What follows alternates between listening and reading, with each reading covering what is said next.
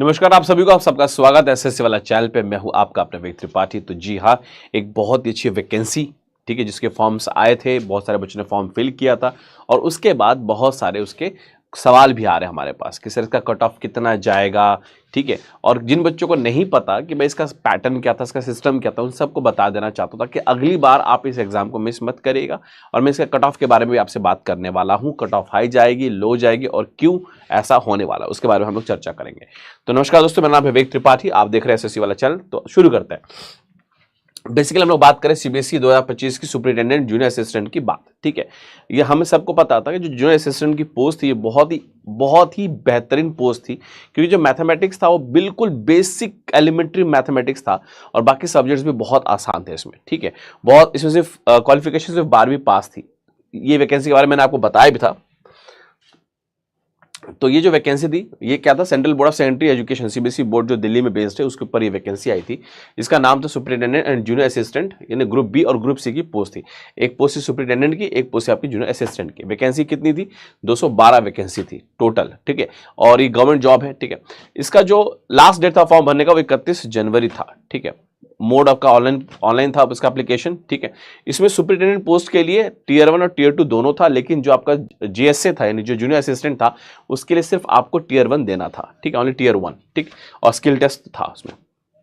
अगर हम सैलरी की बात करें तो जो सुपरिटेंडेंट की सैलरी थी वो 35,400 से लेकर 1,12,400 तक थी, और जो जूनियर असिस्टेंट की सैलरी थी वो 19,900 से लेकर 63,200 तक थी। और job location all over India, कहीं पे भी आपकी पोस्टिंग यहाँ पे हो सकती थी, ठीक है।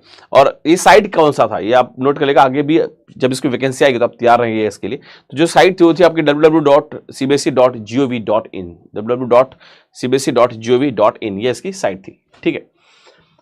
नोटिफिकेशन रिलीज हुआ था 31 दिसंबर को। 2 जनवरी से एप्लीकेशन फॉर्म भरना स्टार्ट किया गया था और जो लास्ट डेट था वो 31 जनवरी था, ठीक है।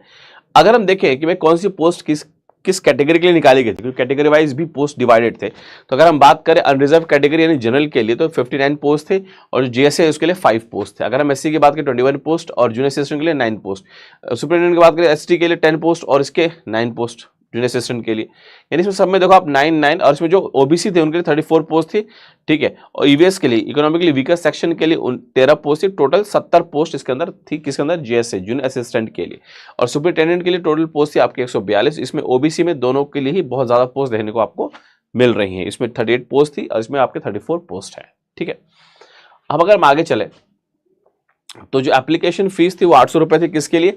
जनरल कैटेगरी के लिए, ओबीसी के लिए और इकोनॉमिकली वीकर सेक्शन के लिए। बाकी आपके जो एससी एसटी, फिजिकली डिसेबल्ड और एक्स सर्विसमैन या वुमेन है, जो डिपार्टमेंटल कैंडिडेट है, जो डिपार्टमेंट के एग्जाम देना चाहते हैं, तो उनके लिए कोई फीस नहीं थी, वो नील था, कोई उनका एप्लीकेशन फीस नहीं था। अगर अब आगे बात करें तो ये सारा कुछ क्राइटेरिया था, इसके बारे में हम डिस्कस कर चुके हैं, ठीक है। अगर हम एज की बात करें तो सुपरिटेंडेंट की जो एज थी मिनिमम 18 साल, मैक्सिमम 30 साल तक था।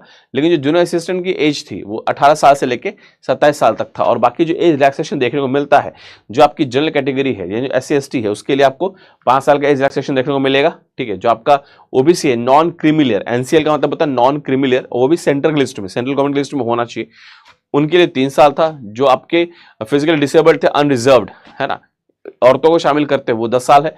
और PWD physical disabled non creamy layer OBC के लिए जो था वो था 13 साल, ठीक है। तो इस प्रकार सारे इसमें रिलैक्सेशन आपको देखने को मिल रहे होंगे, ठीक है। इसको जो सुपरिटेंडेंट का एग्जाम था वो 3 लेयर में था, 3 टीयर में था, टीयर 1, टीयर 2 और स्किल टेस्ट था। लेकिन जो जीएसए है उसका सिर्फ 2 लेयर है, यानी आपका टीयर 1 होगा और आपकी टाइपिंग हो जाएगी, ठीक है।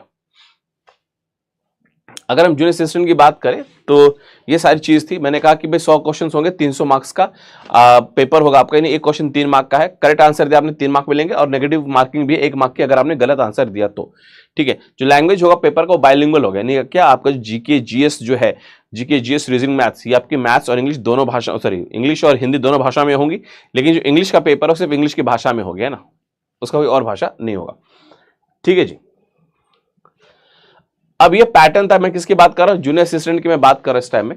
मैंने कहा जीके की बात करें 30 क्वेश्चन 90 मार्क्स का था, रीजनिंग और मैथमेटिकल एबिलिटी 25 क्वेश्चन था आपका 75 मार्क का। और जनरल हिंदी और इंग्लिश दोनों भाषा थी, हिंदी और इंग्लिश दोनों है इसमें, 25 क्वेश्चन है, 75 मार्क का है, ठीक है। Basic knowledge of computer operation, बिल्कुल बेसिक नॉलेज 10 क्वेश्चन है, 30 मार्क का ना। अब इसके बारे में बहुत सारे बच्चों ने सवाल किया, सर ये awareness about school education examination board और ये सब क्या है? तो देखिए जो सीबीएसई बोर्ड है वो बहुत सारे प्रोग्राम्स निकालती है, जैसे फॉर एग्जांपल किंडरगार्टन के लिए निकाला है उन्होंने प्रोग्राम, ठीक है, और उसके बाद प्राइमरी स्कूल्स के लिए प्रोग्राम है, फिर अलग अलग स्कॉलरशिप्स है बच्चों के लिए, उन्होंने अलग अलग संस्थाएं सीबीएसई के अंदर चलती हैं जो बच्चों को एजुकेशन प्रोवाइड कर रही है, तो उसके बारे में आपको पढ़ना है, ठीक है। अगर आप इसके बारे में सोच रहे हैं क्या पढ़ें, तो ये सारे जो स्कीम्स गवर्नमेंट चलाती है एजुकेशन को लेके, तो education right to education act क्या है, कब स्थापित हुआ था, उसके अंदर क्या क्या प्रोविजंस हैं, वो सारा आपको उसके अंदर पढ़ना है, ठीक है। तो ये जो है ना awareness about school education examination board and it's administration, ये आपको वहां से पढ़ना है सारा कुछ, ठीक है। वो कंटेंट आपको ऑनलाइन बहुत आराम से मिल जाएगा, ठीक है। तो 10 क्वेश्चंस के होंगे, 30 मार्क का ये भी होगा, तो इसकी भी वैल्यू 30 मार्क की है, तो आप इसको इग्नोर नहीं करना चाहिए आप लोगों को, और ना आपको करना चाहिए इसको, ठीक है। ठीक है, अब हम जरा कट ऑफ की बात कर लें एक बार। ओके सॉरी, मैं कट ऑफ इसमें मार्क करना ही भूल गया। चलिए मैं आपको बताता हूं कट ऑफ कितनी है। सर अगर हम कट ऑफ की बात करें, जो कट ऑफ गई थी रिवाइज कट ऑफ, अगर मैं बात करूं,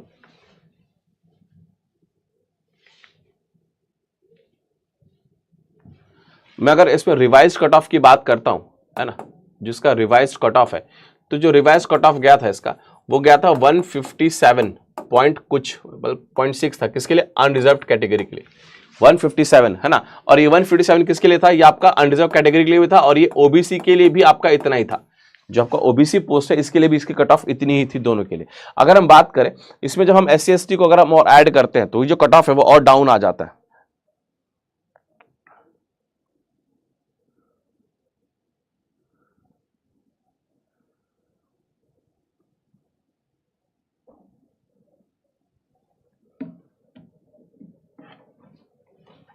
ठीक है, अगर हम इसमें बात करते हैं किसकी, अगर हम इसमें एससी की बात करते हैं तो इसका आ जाता है सर 152, और अगर हम एसटी की बात करते हैं तो इसमें 148, इतना कट ऑफ गया था लास्ट टाइम, ये कट ऑफ गया था, ठीक है। तो कट ऑफ इसमें अगर आप देखें तो हाई गया। कट ऑफ हाई जाने का कारण क्या है, वैकेंसी बहुत कम है, 212 वैकेंसी है, और पेपर क्या है, बहुत आसान है, पेपर बहुत ईजी होता है। तो जब वैकेंसी कम और पेपर आसान हो तो कट ऑफ आपका बहुत हाई जाता है। ये लगभग अगर मैं बात करूं तो ये 157 जो आपका आया है वो आउट ऑफ 200 है ना, नहीं सॉरी है, पिछले साल 200 नंबर का पेपर होता था, तो आउट ऑफ 200 है ये, ठीक है। मैं जेएससी की बात कर रहा हूं, तो पिछले साल, इस साल जैसे एक क्वेश्चन 2-3 मार्क का है, पिछले बार जब पेपर हुआ था तो एक क्वेश्चन आपका 2 मार्क का था, यानी 200 मार्क का पेपर था, उसमें से 157 कट ऑफ किया था। जनरल कैटेगरी की मैं बात करूं, है ना, या मैं इसमें ईडब्ल्यूएस को भी ऐड कर लेता हूं, तो ईडब्ल्यूएस का भी कट ऑफ इतना ही गया था, 157, ठीक है। जनरल कैटेगरी ओबीसी ईडब्ल्यूएस तीनों का कट ऑफ 157.6 के आसपास कुछ गया था, ठीक है। तो इतना आपको याद है, कट ऑफ हाई जाने वाला है, तो घबराएगा मत। इसका रीजन बहुत सिंपल है, क्योंकि पेपर बहुत आसान आता है। पेपर जब आसान आता है और वैकेंसी बहुत कम है, तो जो बच्चे ऐसे तैयारी करते हैं, खासकर जो सीजीएल है, सीएचएसएल है, इनकी जो तैयारी करते हैं, उनको अच्छा खासा अगर एक्सपीरियंस है, मतलब 1 साल की तैयारी उनकी हो चुकी है, और उन्होंने बहुत सारे मॉक टेस्ट लगाए होंगे, तो उनका लेवल बहुत अच्छा हो गया होगा। इसमें जो मैथमेटिक्स आता है, बिल्कुल हलवा मैथ्स आता है, यानी आप समझ लो कि जुड़ा भाग, मतलब गुड़ा भाग कुछ ऐसा है, बहुत आसान मैथ्स आता है इसमें, रीजनिंग बहुत आसान आती है, ठीक है। तो थोड़ा बहुत बच्चा जो फंसता है वो कहाँ फंसता है, वो मैंने आपको बताया, अवेयरनेस अबाउट एजुकेशन वाला, है ना, जो एजुकेशन के बारे में अवेयरनेस है, एडमिनिस्ट्रेशन है, वहाँ पे फंसता है, 30 मार्क्स के वहाँ पे फंसेंगे। और दूसरा आपका करंट अफेयर्स, जनरल नॉलेज, वहाँ फंसता है।